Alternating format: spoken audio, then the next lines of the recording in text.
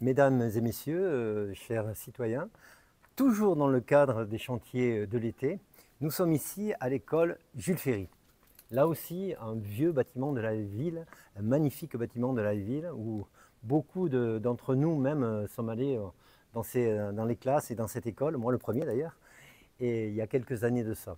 Voilà, nous avons, rappelez-vous, il y a 2-3 ans de cela, nous avons reçu des jeunes en conseil municipal, des élèves de l'école Jules Ferry, et qui étaient avec le directeur et une enseignante d'ailleurs, qui avaient pour projet, qui avaient pour idée de revégétaliser, de repenser les cours, plus végétalisés, beaucoup plus faciles à vivre aujourd'hui, changement climatique, etc. Mais Béatrice, tu en parleras. Et donc nous avons pris à bras le corps ce projet. La mairie a pris ce projet à bras le corps, en lien bien entendu avec ses éco-délégués. Et on travaillait donc depuis quelques mois, années maintenant, pour arriver à la réalisation de ce projet. Alors vous le voyez aujourd'hui, la première étape a été faite. Vous voyez un endroit qui est encore évidemment minéralisé, bien sûr, parce qu'il faut des cours aussi où les enfants puissent courir, marcher. Les arbres existants ont été conservés, mais au milieu, vous le voyez, vous le verrez d'ici peu, Béatrice, donc nous allons donc refaire tout l'espace vert. Je voulais juste en préambule aussi excuser Céline Boussier, l'adjointe aux affaires scolaires, qui n'a pu être là aujourd'hui, qui est malade, qui n'a pu être là aujourd'hui, donc Béatrice, par rapport à tout ce que l'on va faire au niveau espace vert dans cette école. Oui, alors comme le dit Monsieur le maire, ce projet a été initié il y a à peu près 2 ans et demi par les CM2 de Jules Ferry. Donc projet surtout des enfants qui voulaient vraiment évoluer dans un cadre végétalisé. Ils en avaient un peu assez du goudron et ils souhaitaient être entourés d'arbres et de verdure. Donc il y a eu de nombreuses réunions. Nous avons suivi, la mairie a vraiment épaulé leurs besoins et leurs envies, pardon, puisqu'ils avaient fait des dessins, ils avaient fait des plans qu'il a fallu travailler, garder le possible en leur expliquant que l'impossible n'était pas réalisable. Et c'est vrai qu'il y a eu de nombreuses réunions avec ces enfants, qui sont venus d'ailleurs nous présenter le projet en conseil municipal, qui ont été reçus à la mairie de Tonneins aussi pour les féliciter. Et voilà, tout ce projet a été travaillé avec nos services qui ont simplifié, qui ont fait du réalisable par rapport à la voirie, par rapport au réseau, par rapport à tout ce que ça impliquait comme travaux. Donc ici, vous voyez qu'effectivement les arbres ont été conservés. Il y avait des jeux pour enfants qui ont été retirés et qui vont évoluer dans le temps.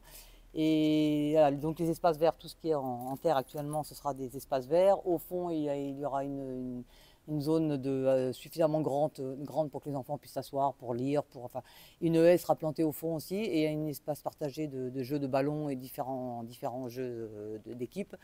Voilà, donc tous ces enfants sont vraiment porteurs de ce projet. C'est la première école d'ailleurs qui a porté un projet végétalisé, qui est suivi par d'autres d'ailleurs, puisque Sûr, maintenant ça fait boule de neige, l'école Françoise Dolto, je pense qu'il y aura Victor Hugo qui Victor suivra. Hugo. Alors, donc c'est vraiment un projet à l'origine des enfants qui veulent sauver leur planète et qui veulent vivre dans un décor vraiment vert.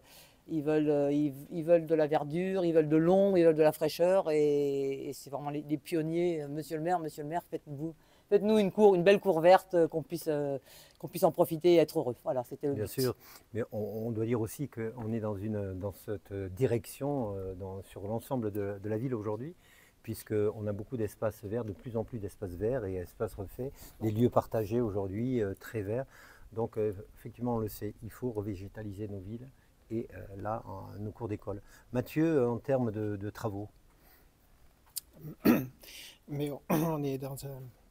Les travaux, ils sont en hauteur à peu près, Guillaume dira un petit peu mieux que moi, aux alentours de 400-450 000 euros.